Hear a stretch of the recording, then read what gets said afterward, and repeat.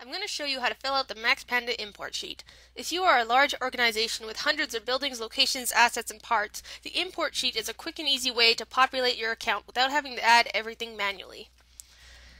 The first tab is the address tab. Here you can fill in the addresses of any physical buildings that you have. Make sure to save your work before moving on to the next tab. Next, you need to decide if you need multiple sites.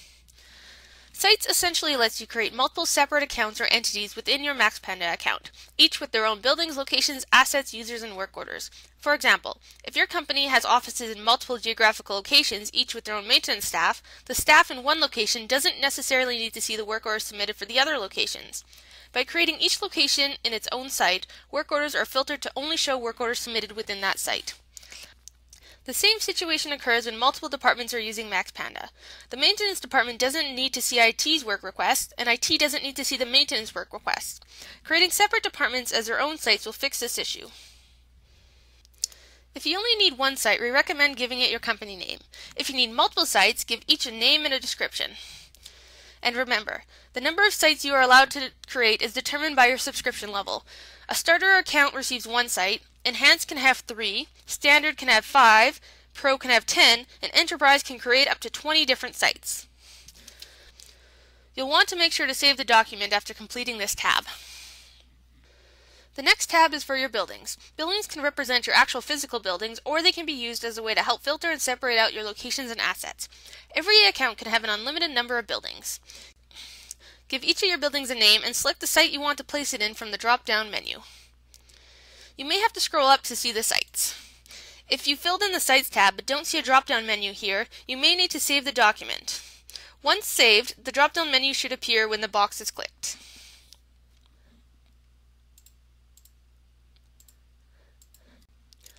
The same goes for your addresses. Select your building address from the drop-down menu. Scroll up if you need to, and save if the drop-down menu doesn't appear. Don't worry that the full address isn't appearing here. The full address will be imported into your account. Once all your buildings have been added, make sure you save the document. Next, we're going to populate the Vendors tab. It's here that you can add any outside vendors or contractors that you may use. Simply give them a name, select a site, add their address, phone number, email address, and any notes you might want to add. The Locations tab is where you can list the physical locations where work will be carried out.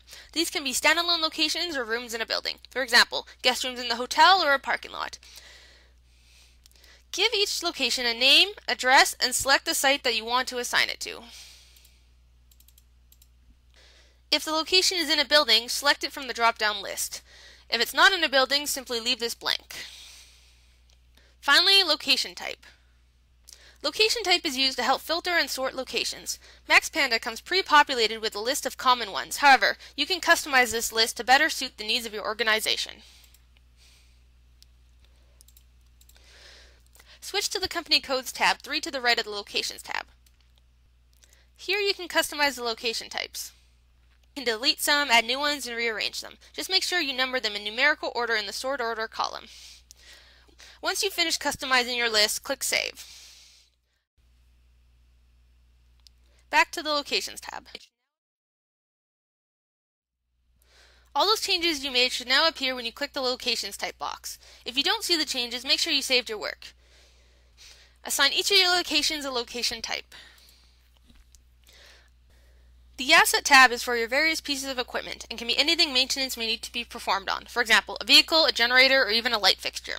Fill in your assets, assign them to a site, and fill in any of the fields you want to track, such as model, manufacturer, description, etc.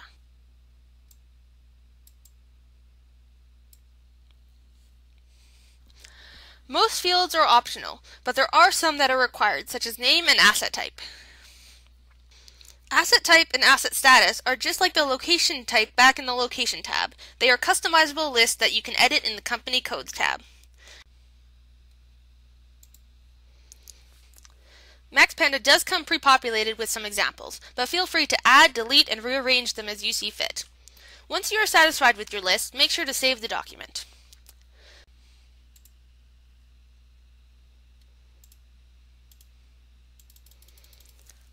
Your changes should now be visible in the drop-down menus. If they aren't, save the document and check that you are scrolling all the way up.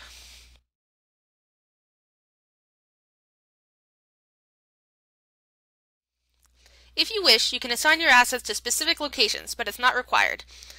If you have already filled out the Locations tab, you will be able to select the location from the drop-down menu.